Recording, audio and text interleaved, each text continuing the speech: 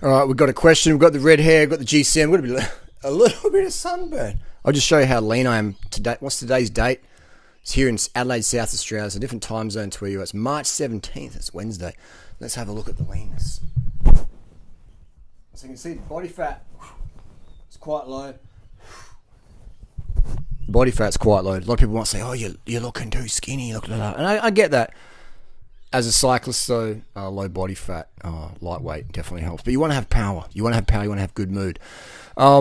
So the question is, I'm 290 pounds.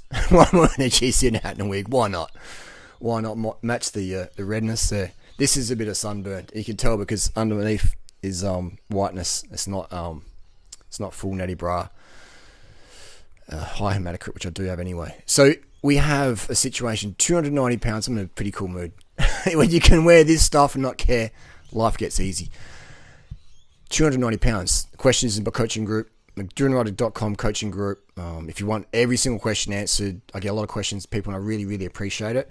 You know, I've helped a lot of people with getting amazing YouTube careers going on, weight loss, health, you know, hormonal replacement, whatever. Just helped out a lot of people. Some fantastic advice. If you want that, join my coaching group, Durianrider.com, and every single question you ask, it'll get answered. If I don't answer it, you just keep asking it. Every question gets answered. And so this video is from my group. A person said he's 290 pounds.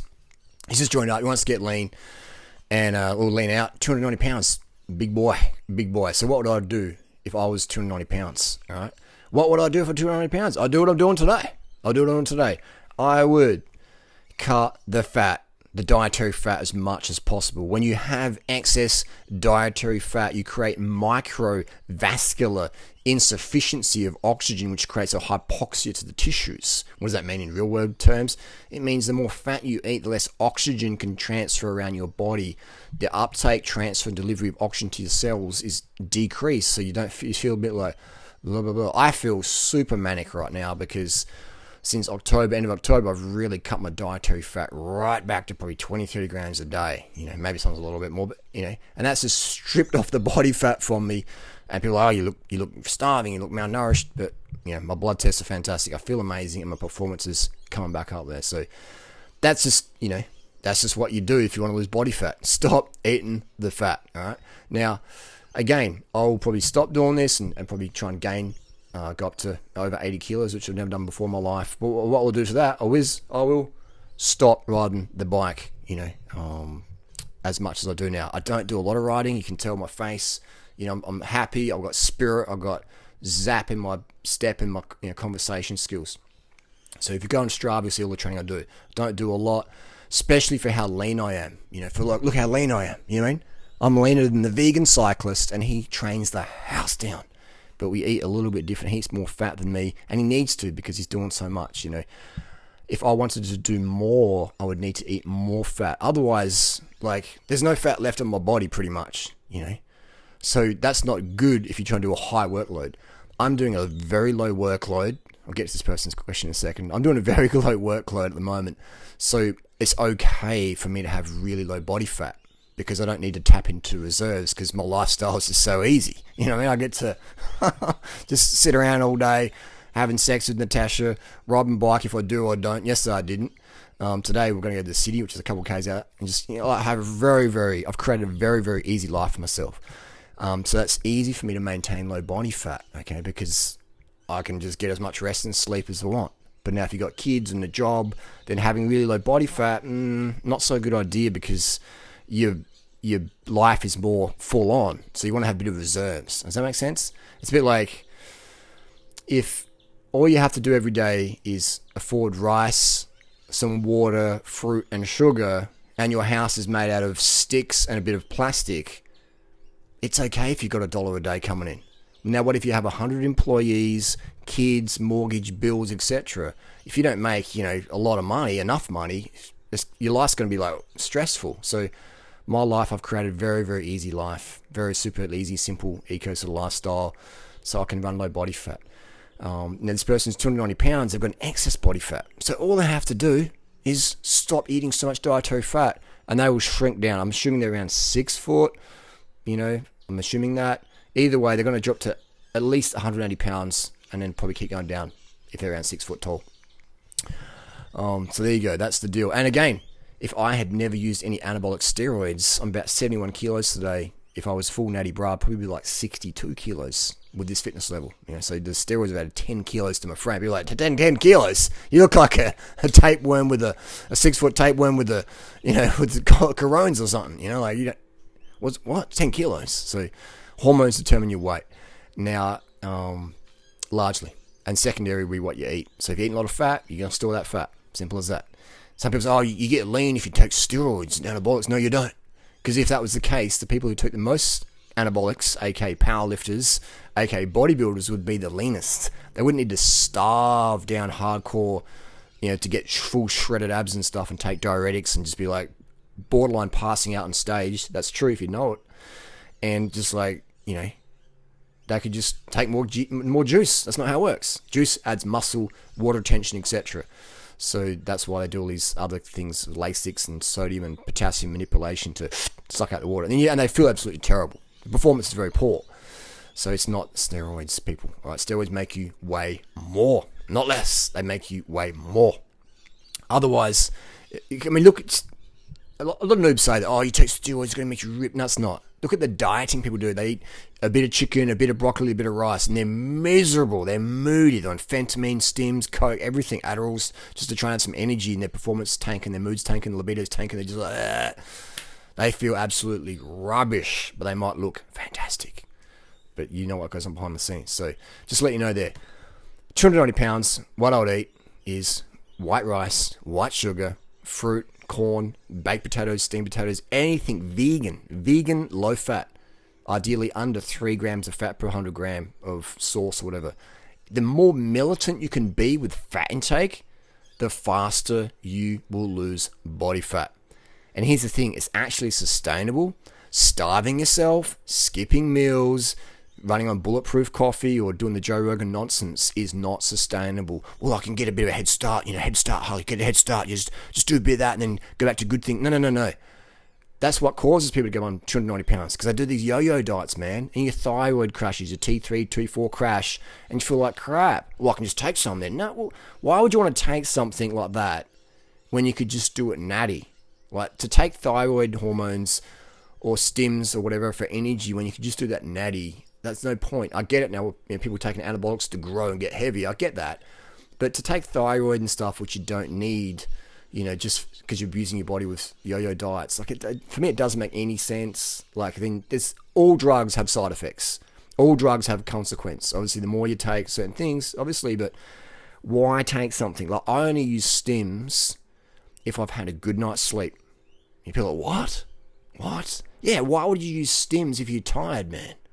Have some rest. Have the rest, man. Give the body the respect it deserves. If I'm tired, I don't take a stim. I go have a sleep. All right?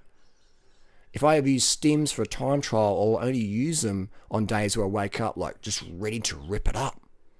And then I'll take something maybe. Even just a little bit. Just a little baby dosage. Just for a little bit extra, extra effect there. Just to gain extra maybe 5 seconds over 15 minutes.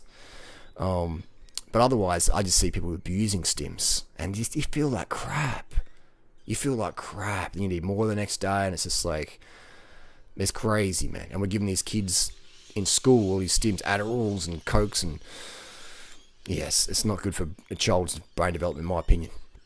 There's a place for stims, there can be, for sure. I won't deny that, but you have to use them with respect. And so anyway, you don't need stims to get to 200 from 290 down. If you do that, you're just going to crash your mood and vibe, man. Don't do it. Do the Durianrider protocol. What's in my ebooks, all right?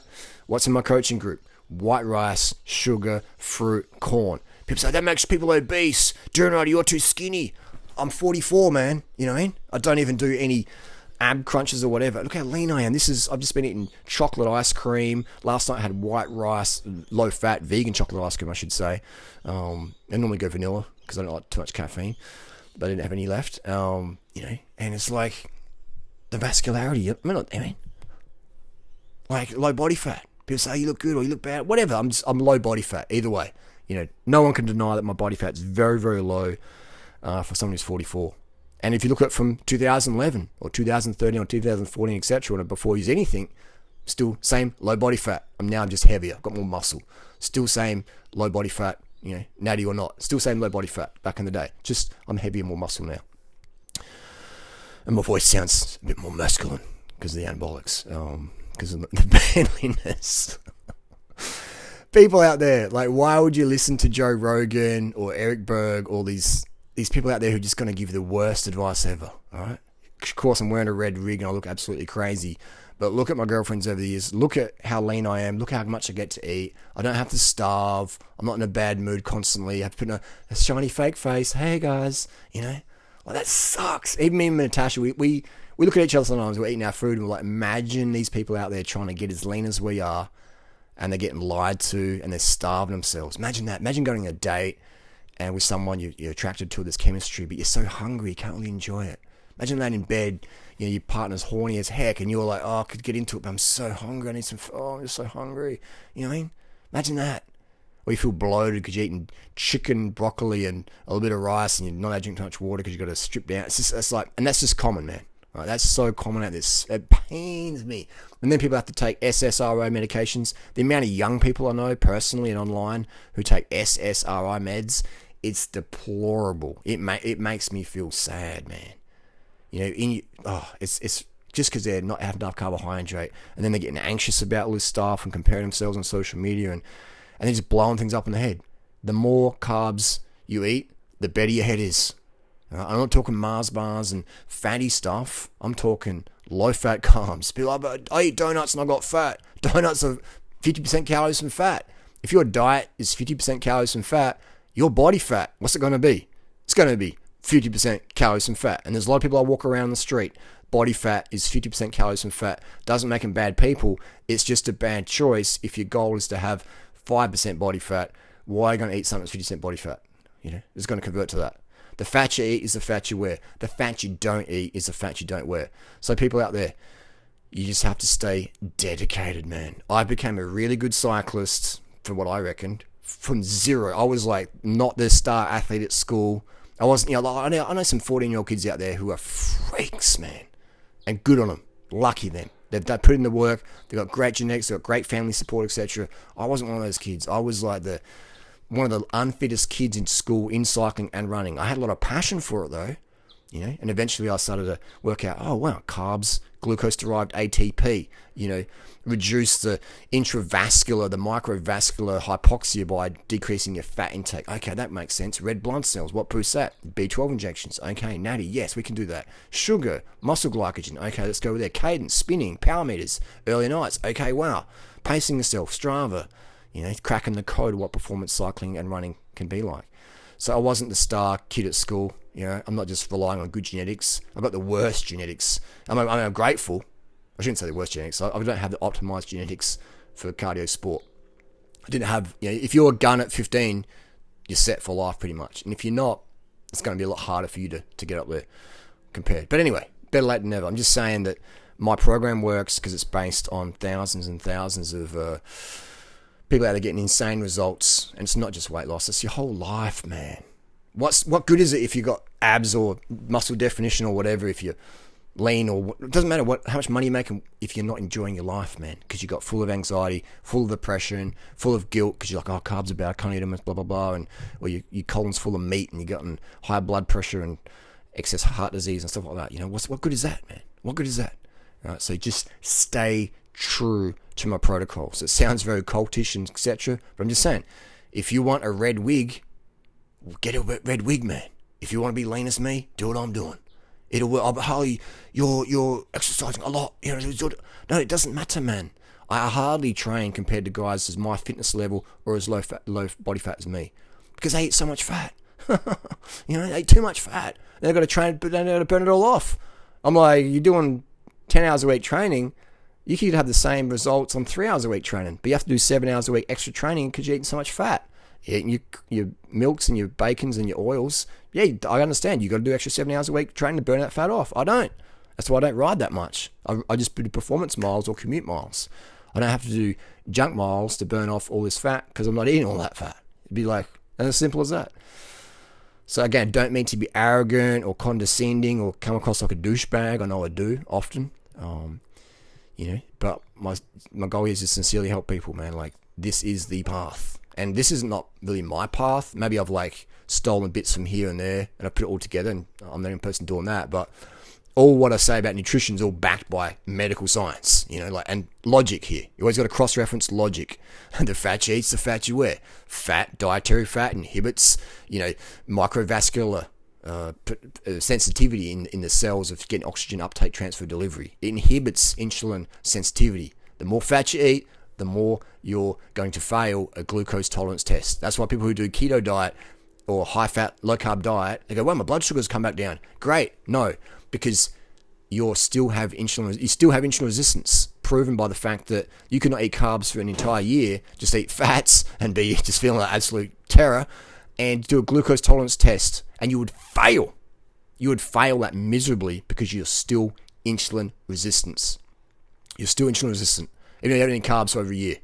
How's that work? Because fat causes insulin resistance. Fat coats the insulin receptor site and just stuffs up that whole metabolic pathway of insulin, sugar, metabolism, fat metabolism, etc. I am a big fan. Treat the cause, not the symptom. If your girl's angry, treat the cause, not the symptom. All right? She needs a bit of G-spot. She needs a bit of love. She needs a cuddle. She needs a talk. She needs a walk. Needs some carbs. Okay? Treat the cause, not the symptom. All right? Taking pills to treat symptoms, silly dilly. Side effects coming in the post. All right? So that's what I'm trying to do, give that whole holistic approach. Is there anyone in the world, is there anyone in the world, to sound really arrogant, is there anyone in the world out there who could transform pretty much anyone off the street into their best self? Financially, physically, psychologically, maybe spiritually, talking about, looking after the planet. Is there anyone out there? Tony Robbins. I don't know, he's awesome. But I guarantee you I could get better results if me and Tony had a competition, assuming we've got this same person who wanted to change themselves. We've also got twins and they're both driven. I would get better results for that obese twin than Tony would get for the other obese twin. Assuming that the twins both had the same level of drive. I would get it because my template is just more sustainable. Tony's a great guy, does great stuff, but I'm just saying, I would love to have that competition and I would win. Because Tony's advice isn't really sustainable. It's fantastic, some of it, but his nutrition is just off with the fairies. Okay, everything else is on point. But social media careers, he doesn't really understand. But anyway, that's just the deal. Just saying, you ask for weight loss, I'll give you the whole spiel. It's all about your mood as well. It does not matter. Women want to have fun around a guy, and guys want to have fun around a woman. So it doesn't matter what your body weight really is. I mean, that'll get your foot in the door if you're looking great or whatever, sure. But if your vibe's off, it's like you become forgettable really quickly. Maybe your image I remember that, but your vibe becomes very forgettable. You don't want to be hard to get in life. You want to be impossible to forget for the right reasons. Not because you're a total psycho, but because you make people feel good genuinely, not because you're trying to get something out of them, just because you feel good yourself. You want to lift people up as well. All right? Anyway, that's the deal. I'm 290 pounds. I want to get 5% body fat like Durianrider. What do? Don't starve yourself. Unlimited carbs. Limit your fat intake. Never be hungry. This number one secret for weight loss, fat loss. Never, ever be hungry. If you're hungry, if you're craving carbs, get them in. Stuff them in as much as you can. As much as you want. Stuff the carbs in. It's impossible to eat too much carbohydrate. You'll just gag. You'll be like, oh, no more sugar. Oh, done. Oh, too sweet. Oh, done. All right? Like, people are, that's not, oh man, like, what do you want? Do you want my freedom? Or do you want to be still in crazy town like everyone else out there who's in the Western diet world? Look at them. Look at how crazy and like fake and, it's crazy. It's really, very sad. Anyway, we could ramble on for days about this one. If you disagree, get any of the carb phobics in the vegan community or the keto or whatever, get them to do a live debate with me. None of them will. They will just be, They don't have the knowledge, they don't have the confidence, the willpower, the discipline. They don't have the discipline to do a live debate with me. Bit of banter there, but that's the truth.